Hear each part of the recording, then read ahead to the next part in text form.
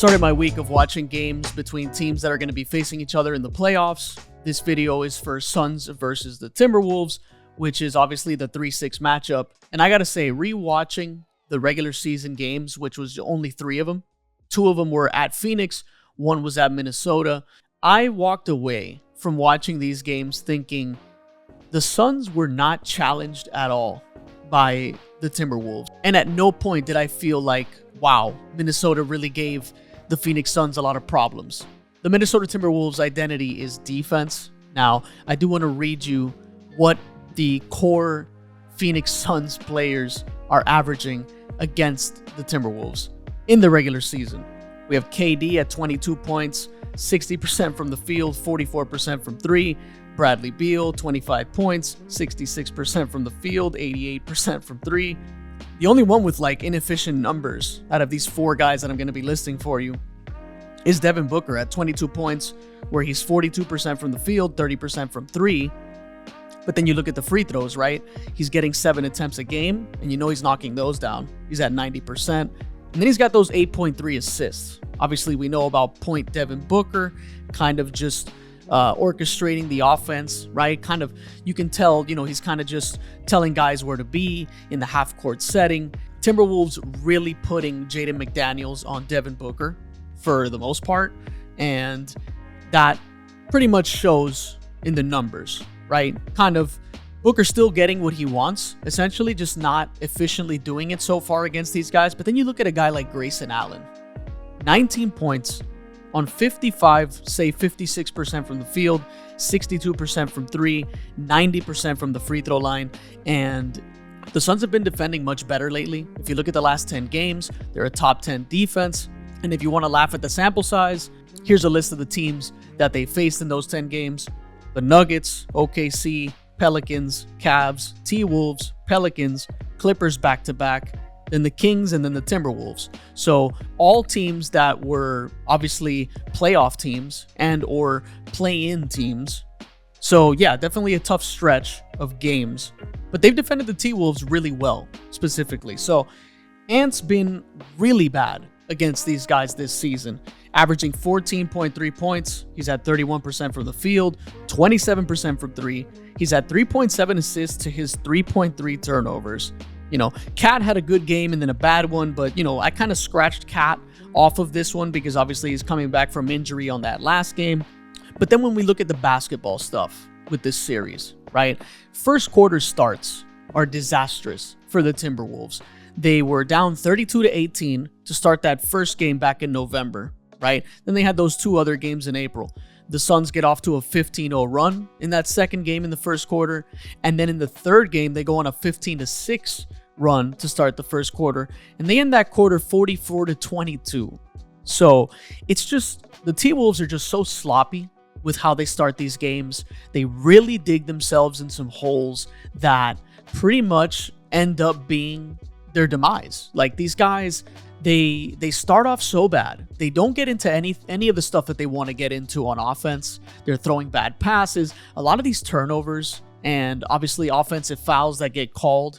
It's just like, it's a mess. And it's really strange to see how good this team plays against everyone else except the Phoenix Suns. Like, this team, when they play the Phoenix Suns, it's like you don't recognize this Timberwolves team. Like, if you're only watching Timberwolves versus Suns, you would think the Timberwolves are like the worst team in the league.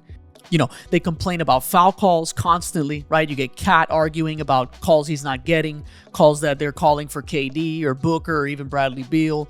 Anthony Edwards, same thing, right? Constantly looking for the foul calls, complaining about foul calls called on him. Jaden McDaniels is another one of those guys.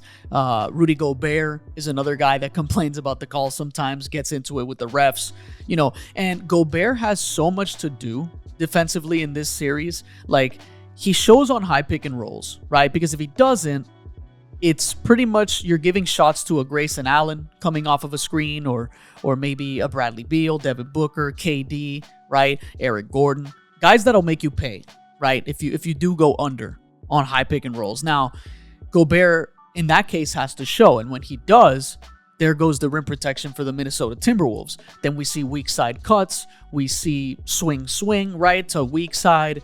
guys driving, no Gobert at the rim because he's too busy kind of guarding those pick and rolls when Nurkic is running handoffs up top. It's like Gobert is kind of stuck in this situation where he's like, okay, well, I can back off of Nurkic, but Nurkic will shoot it.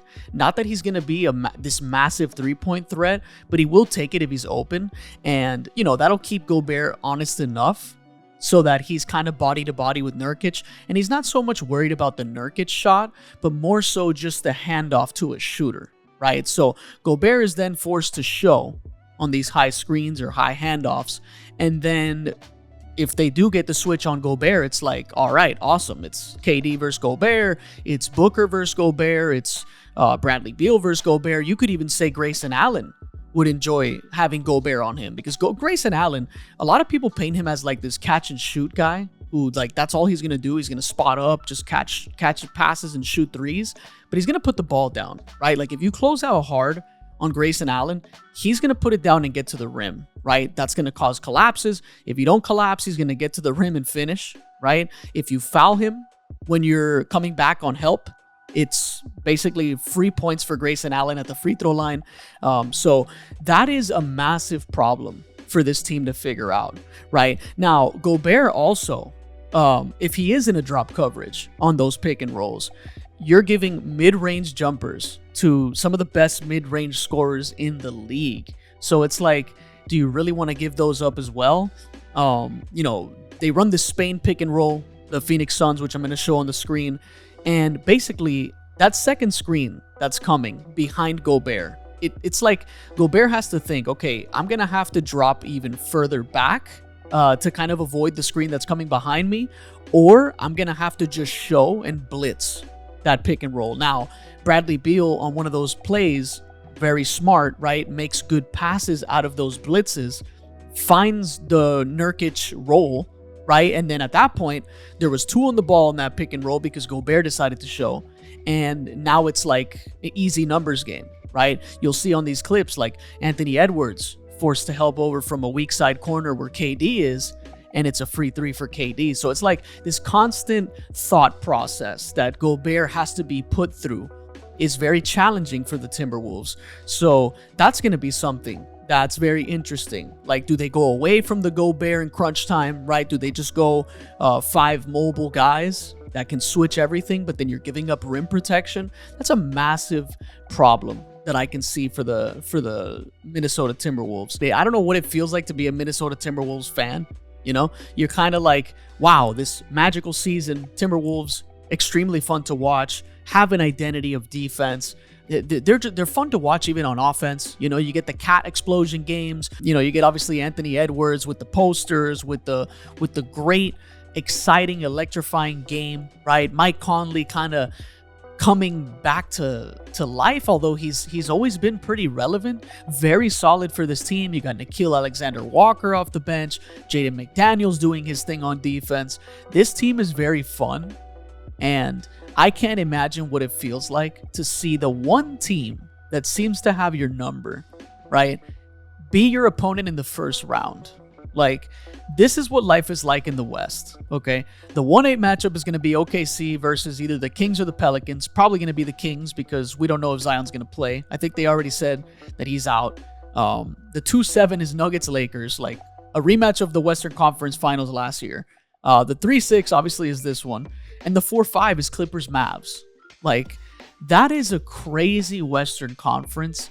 And the Timberwolves fans are like, it's such a bittersweet season for them because when I go on Reddit and I see the threads, right, of people kind of like, they're so down on who they drew in this first round.